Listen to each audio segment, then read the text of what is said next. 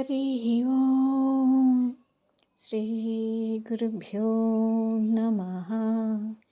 హరి ఓం. వాక్య విభూతి అనే శీర్షికలో భగవాన్ శ్రీ సత్య సాయిబాబా వారి ఉపదేశం తెలుసుకుందాం. భిన్నత్వంలో ఏకత్వం. ప్రేమాత్మ స్వరూపులారా, కొన్ని మానవ జన్మల పుణ్యఫలంతో జ్ఞానం ఉద్భవిస్తుంది.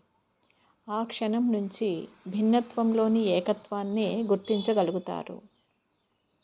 మీలో ఉన్న భగవత్ శక్తి అజ్ఞానంలో ఉన్నప్పుడు వివిధాలై గోచరిస్తూ బాహ్య ప్రపంచంలోకి పరుగులు పెట్టిస్తుంది. బాహ్యముఖంగా ఉన్న మానవుడికి భగవంతుడు ఎక్కడో ఉన్నాడనే వెతుకులాట ప్రారంభిస్తాడు. జ్ఞానం ప్రవేశించాక తనలోనే తన అంతటా నిండి ఉన్న భగవత్ శక్తిని గుర్తిస్తూ తన సాటి సోదరులు కూడా గుర్తించాలనే తపనతో ప్రపంచంలోకి పరుగులు పెడతాడు. ఇలాంటి జ్ఞానులే భగవత్ స్వరూపులుగా పిలువబడతారు.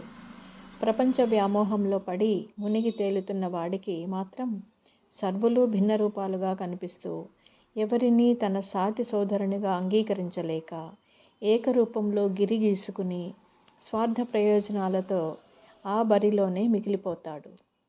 అలా కాకుండా జ్ఞానం కోసం పరుగులు పెట్టగలిగిన వాడికి సర్వం ఏకరూపంగా కనిపిస్తూ ఆనందంగా ఆత్మారాముడిలో లీనమైపోతాడు.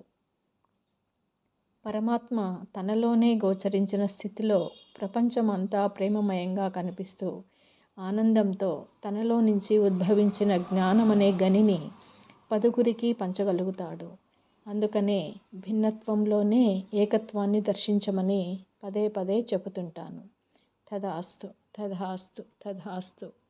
హరి ఓం శ్రీ గురుభ్యో నమః. హరి ఓం. ఓం శ్రీ సాయిరామ్.